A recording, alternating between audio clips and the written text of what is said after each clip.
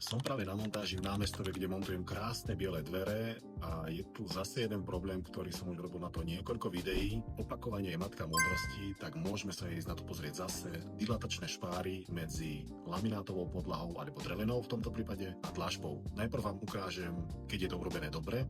Tu keď sa pozrieme, tak tá drevená podlaha je ukončená zarovno so stenou a táto takisto je ukončená zarovno so stenou. Pozrite sa, ten prechod je presne pod dverami. Dvere sú potiaľto, tu je presne prechod.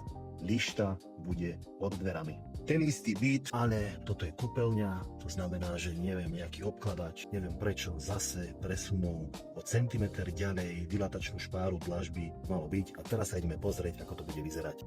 Chytím zárubňu, položím ich. To znamená, že dvere budú takto potiaľto. Keď budú zatvorené, tak aj cez zatvorené dvere bude vidno túto dilatačnú špáru. Na tomto mieste aj na tomto, pozrite sa, tu dokonca to bude treba zase vykonovať, lebo vlastne dvere budú potiaľto. Toto všetko bude vidieť. Dlážbu aj laminát vždycky ukončujte tak, ako končí stena.